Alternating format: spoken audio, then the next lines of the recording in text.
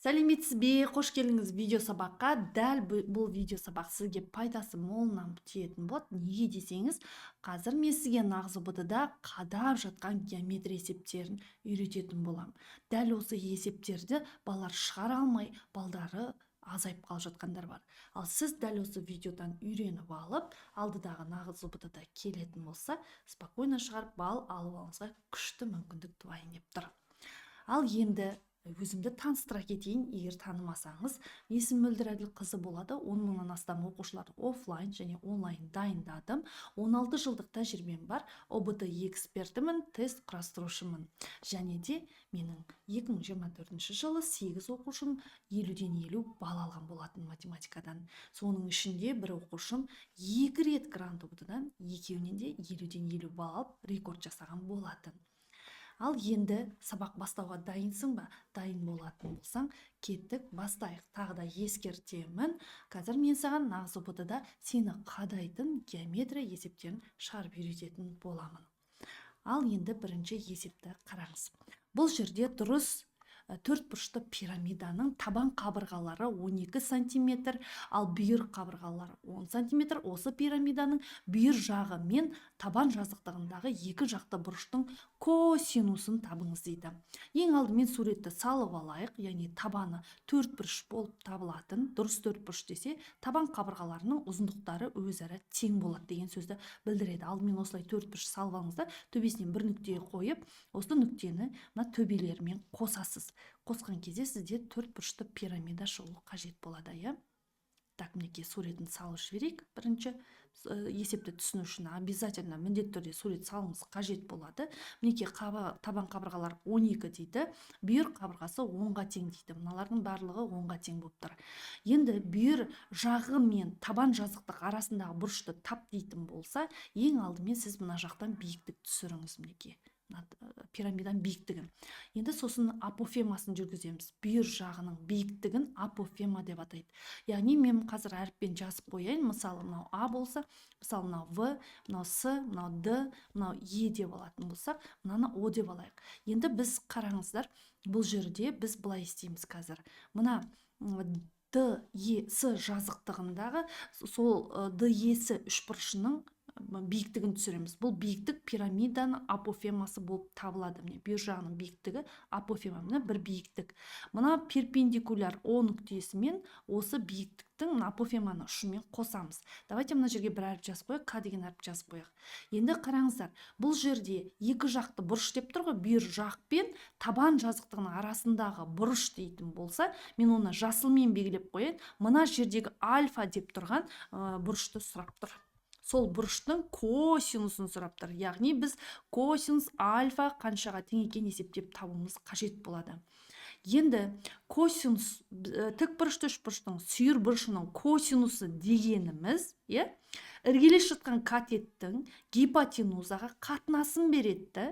Яғни біз мына үшбұрышты қарастырамыз. Үшбұрыш О, Е, К үшбұрышы бойынша бұрыш альфа, яғни альфа бұрышының косинусын табатын болсақ, соған іргелес жатқан катет деген ОК болады. Мына іргелес катетіміз ОК болады, мінекей. Ал мына жазамын ОК-ның ұзындығын. Сосын оны гипотенуза, яғни мына ЕК-ның ұзындығына тапсақ, бөлсек болды екен балар. Енді осы екеуін тапсақ жеткілікті. Балар, ОК дегеніміз бұл мына адыға параллель, және де ол адының жартысын береді балар. Көрдіңіздер ме? Жартысы.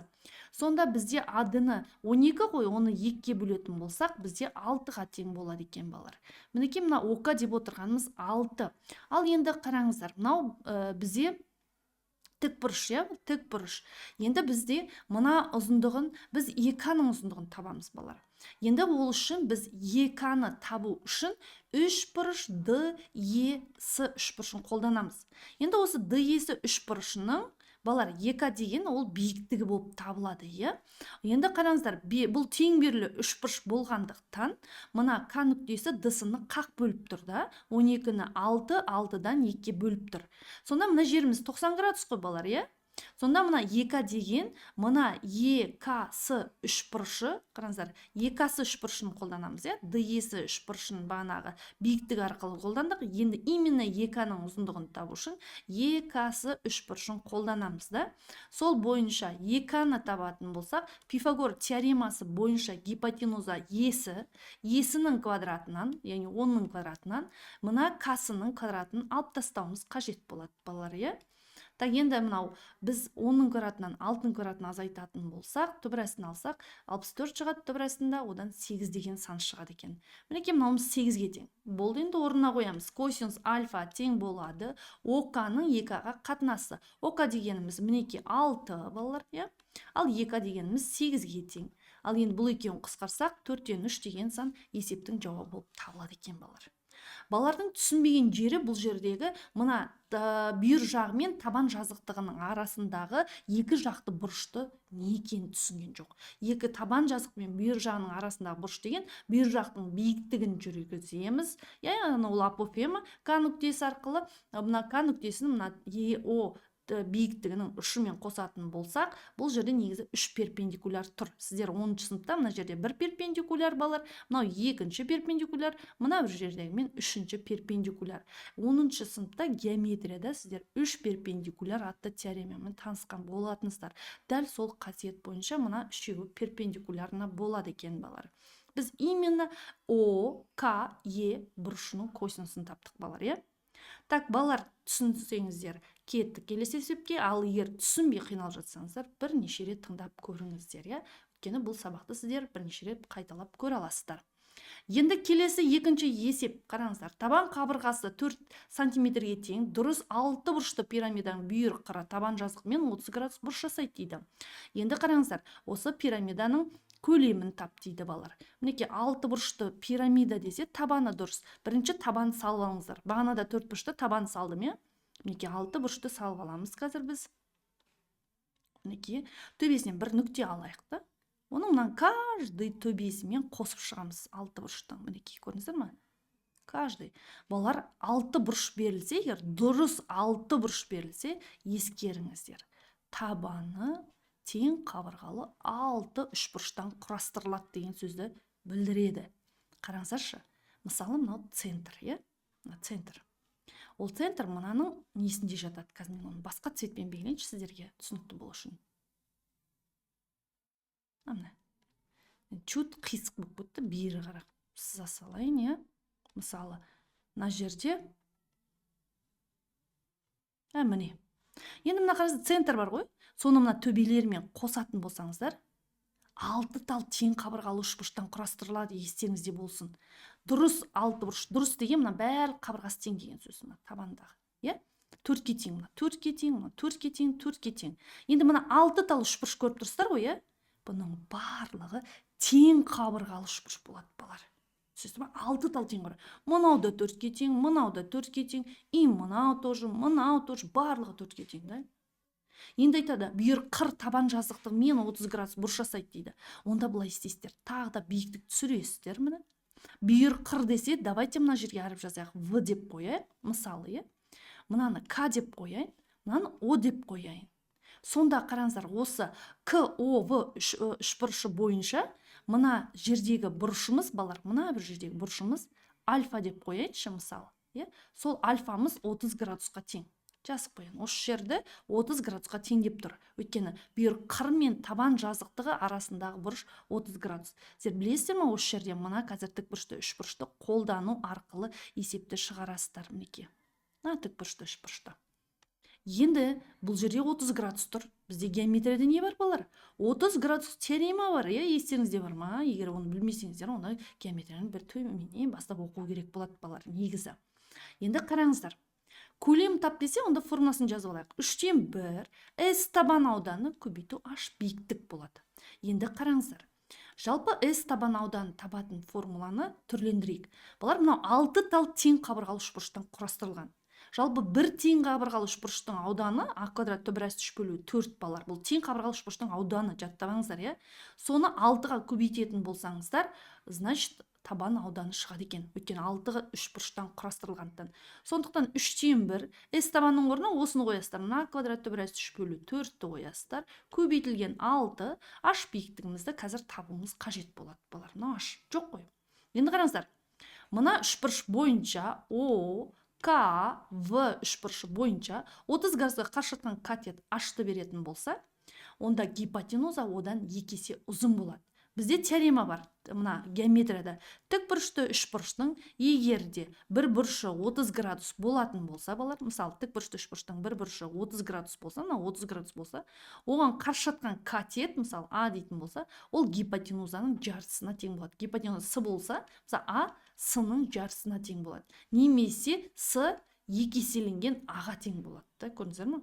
Енді қара 30 градусқа қарсы жатқан катет h болса, онда гипотенузамыз одан 2 есе ұзын болады, балар. 2 тал h-ты береді. Енді біз Пифагор теоремасы бойынша OK-ның квадратына, яғни h-тың квадратына, екінші катетіміз бізде ОВ ғой, катетіміз ОВ-ның квадратын қосатын болсақ, 4-тің квадраты ғой, балар. Қазір ОВ деген 4. Қараңыздар, мына h-тың квадратына 4-тің квадратын қосатын болсақ, мына гипотенуза 2 h-ның квадраты шығады, балар. Давайте осы жерден h тауып алайық. Бізде А деген қабырғамыз бар, бізде h қана жоқ болып тұр. Мен қазір мына жерден h-ты тауып, сосын мынаның орнына қойым қажет. Так, енді h квадрат плюс 16 тең болады 4h квадрат, балар. 16 тең болады 4-тен h-ты азайтатын болсақ, 4h квадраттан h квадрат аза 3h квадрат болады, балар. 3h квадрат. Енді осыдан h квадрат табатын болсақ, 16 бөлінген 3 болады да, h деп отырғанымыз түбір астында 16 бөлінген 3, 4 бөлінген түбір асты 3 деген санмен шығады. Давай енді орнына қояйық. 3/1 көбейту. Даже мына жерден давайте мынаны қысқарта салайық. Мына 3 пен 6-ны қысқарт жере салайық. Мына жерде қысқарайын деп тұрған, мына көбейту ортасында 2-ден тиеді. Кейін мына 2 мен даже 4-ті қысқарт жерсек болады екен, балар. 2. Көрдіңіздер ме? Сонда былай шығып тұр ғой, а квадрат түбір асты 3 бөлінген 2 көбейту h болып тұр да бізде. Енді орнына қояйық. А деген орнына 4-ті қоямыз, 4-тің квадраты. Түбір асты 3 бөлінген 2 көбейту h-тың орнына 4 бөлінген түбір асты 3 deyip жазайық, балар. Мына екеуін қысқартамыз, мына екеуін қысқартамыз, 2-ден тиеді. 4-тің квадраты 16, оны мына 2-ге көбейтетін болсақ, 32 деген есептің мына жақтағы В жауап шығады екен, балар. Көрдіңіздер ме? Мінекей, балар, дұрыс 6 бұрыштың көлемін табуға байланысты есеп келіп жатыр. Әрине, бұл жерде мынандай түрлендірулерді, мынандай формулаларды білмейтін болсаңыздар, есеп әрине шығарамайсыздар. Енді келесі есепке көшейік. Тағы да қандай есеп баларды қинап жатқан? Ол бізде табан қабырғасы 10, 10, 16-ға тең бүйірлі 3 бұрышты призма берілген. Давай суретін салып алайық. Тең бүйірлі және де 3 бұрышты призма саламыз, балар. Мінекей. Тең бүйірлі болады және 3 бұрышты призма. Мінекей, салдық. Енді бүйір қабырғалары, оның табанның 10, 10, 16 дейді. Енді қараңыздар, табанның ең кіші биіктігі, табаны балар қабырғасы мына 3 бұрыш. Оның ең кіші биіктігі ең ұзын қабырғаға түсіріледі, балар. Естеріңізде болсын. Мына мысалы биіктігі h болатын болса, мысалы, табанның ең кіші биіктігі призма биіктігіне тең болады, балар. Мынау да h-ты береді дейді. То есть мынаның ұзындығы мынаған тең деп тұр. Қайталап айтам. Табанның ең кіші биіктігі дегеніміз, ең кіші биіктік ең ұзын қабырғаға түсіріледі. 16 деген қабырғаға түсіріледі, балар. Көрдіңіздер ме? Енді толық бетінің ауданы тап дейді. Призманың толық бетінің ауданы ол бүйір бетінің ауданына 2 табанның ауданын қосу керек. Мынада 2 табан бар да, балар. Призманың бүйір бетінің ауданы P табанның периметрін h биіктікке көбейтеміз, балар. Қосылған 2 көбейту, балар, табан ауданын біз 3 бұрыштың ауданын қолдансақ болады. 2-ден 1 h дегенше 3 бұрыштың ауданын. Так, мыналар қысқарт жерсек болады екен. Енді давай табан периметрін табайық. P табан дегеніміз 10-ға, 10-ды, оған мына 16-ны қосқанға тең болады да, 36-ға тең болады. Ал енді h биіктік деп отырғанымыз ол 6-ға теңде, h-тың орнына. А табан дегеніміз мынау болады, балар. Мынау А дегеніміз. H-ты таппаптық қой, біз 6 деп кеттім ғой, 6-сы жоқ екен ғой. Бұл h биіктік табуымыз керек екен ғой. H-ты табу үшін былай істейсіздер. Қараңыздар, мына табан тең бүйірлі 3 бұрыш, 16, мына нүкте 16-ны 8-ден бөледі. Мына тік бұрышты 3 бұрыш, балар. h деген мынау бізде ол нені береді, h дегеніміз катетті береді. Сонда h-ты табу үшін не істейсіздер? 10-ның квадратынан мына 8-дің квадратын азайтып төбірәсін аласыздар, мен уже жауабын жаттаған екен ғой. 6 балар, міне h-ымыз содан 6-ға тең болады. Енді сонда h дегеннің орнына мынаны қоямыз. А дегеніміз, мына А деп отырғанымыз мынау болады балар. Мінекей 16 А болады табаны. Кеттік орындарына қояйық балар, Так, мына жаққа жалғастыра салайын балар, Так, П табан 36, көбейту h-тың орнына 6-ны қосылған. А дегеніміз 16, h дегеніміз бізде 6-ға тең болады. Мынаның барлығын есептесеңіздер, 312 деген мына жақтағы С жауабы шығады екен балар. Көрдіңіздер ме? Жеңіл есеп, бірақ та кейбір балалар осы есептен бал жіберіп қойған екен. Енді қазір мен сізге күшті есеп көрсетемін. Тоже балалар қадалып қалған, жақсылап тыңдаңыздар. АВ кесіндінің ұштарынан альфа жазықтығына дейінгі қашықтық 5 және 7 сантиметр дейді. АВ кесіндісінің ортасынан альфа жазықтығына дейінгі қашықтықты табыңыз дейді. Балалар, бұл екі жағдайда қарастырылып шығарылады бұл есеп. Бірінші жағдай. Мысалы қараңыздар, мынау жазықтық, мынау мысалы бір жазықтық. Енді АВ кесіндісі, мінекей айтып отыр, альфа жазықтық, мынау альфа жазықтығынан екі нүкте берілген, балар, кесінді екі нүктеден құралады. Мысалы, мынау былай бір нүкте, мынау А нүктесі, мысалы, мынау В нүктесі балар, мінекей, В деген нүкте. Енді осы жазықтықтан қашықтықтары дейді балар. Мынауымыз қанша дейді? 5-ге тең. Мынауымыз бізде 7-ге тең дейді. Мынаны С, мынаны Д дей салайық балар, мына нүктені.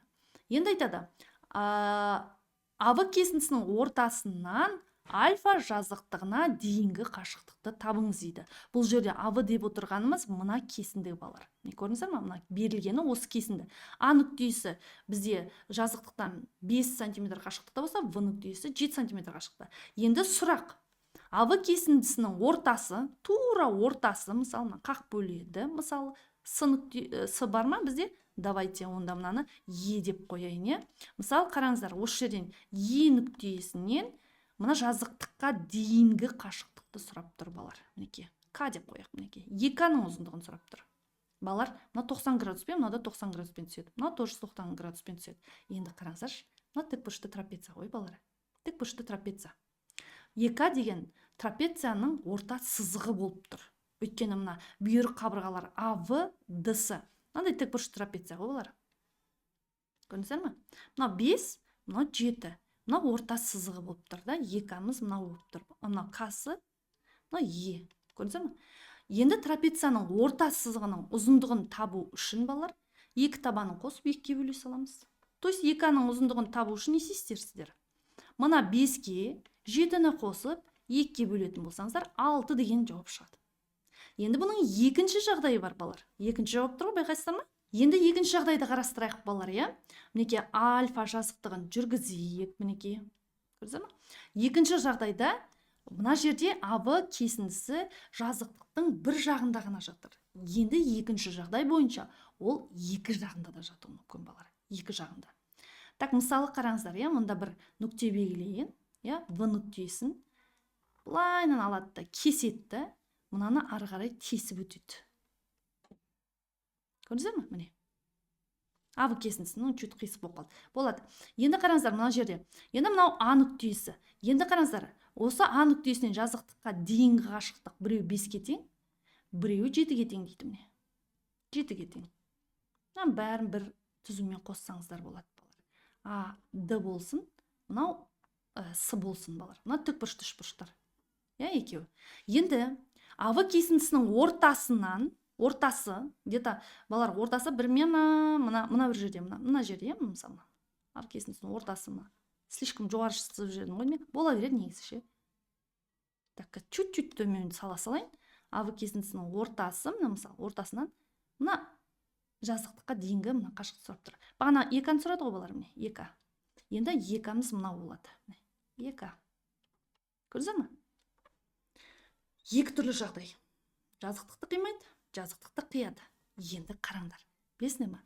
Күшті есеп та, оп-оңайда шығарушы, бірақ көп шығарамайды, қалай шығаратынын білмейді. Енді егерде жазықтықты қиып өтетін болса, оп-оңай негізі ұқсастықты қолданып түрлендіріп шығарса да болады, бірақ лайфхак жолы ол бізде мынандай.